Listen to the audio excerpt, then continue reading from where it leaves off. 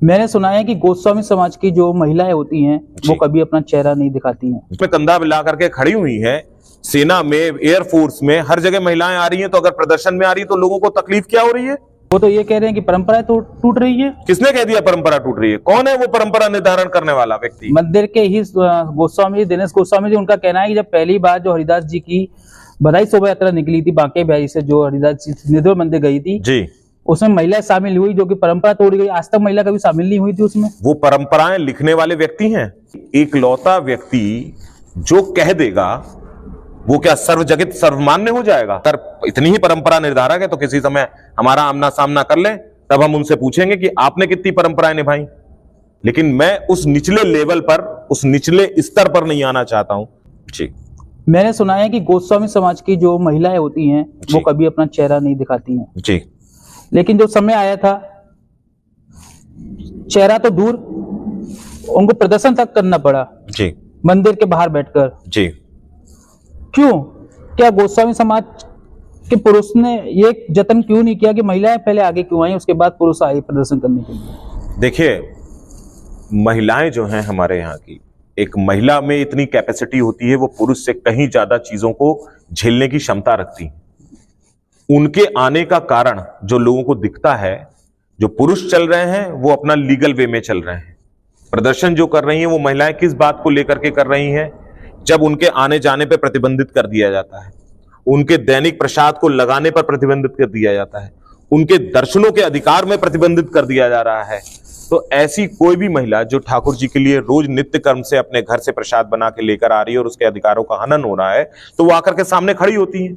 और जितनी बार महिलाएं आई हैं उतनी बार पुरुष भी आए हैं। और आज की जितनी भी महिलाएं हैं सब सभ्य परिवारों की हैं, पढ़ी लिखी समझदार हैं, उनको अपने अधिकारों का बहुत जो है जानकारी है। और हमारे यहाँ जो पुरुष समाज है वो आज उस पिछली परंपराओं को नहीं आता कि महिलाएं आगे नहीं आ सकती हैं। हम बिल्कुल उनके साथ में हैं। अगर उनको ऐसा लगता है कि वो आगे आना चाहती है तो पुरुष उनके साथ के साथ खड़े हुए हैं। आज देश में भी जो है ये स्थितियां चल रही हैं कि जब पुरुष और महिलाओं को इक्वल व्यवस्थाएं रखी जा रही हैं।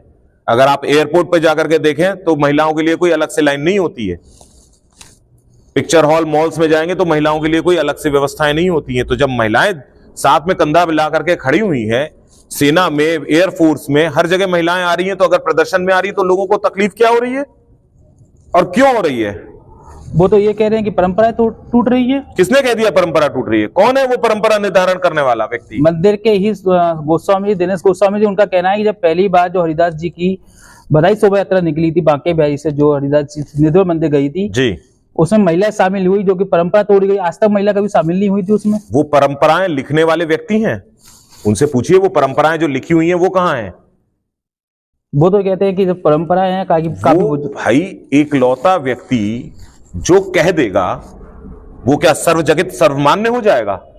400 लोगों का परिवार है तो आपके गोस्वामी समाज के। कुछ भी हो जी, कोई भी हो, कम्युनिटी की जब बात आती है, एक समाज की बात आती है, जब एक विचारधारा की बात आती है जी, तो जिन महिलाओं के पुरुष ने, उनकी सास ने, उनके ससुर ने ठाकुर जी की सेवा में जाने में या ठाकुर जी के जो है इस चाव में जाने के लिए मनाही नहीं करी, ये कौन होते हैं बोलने वाले?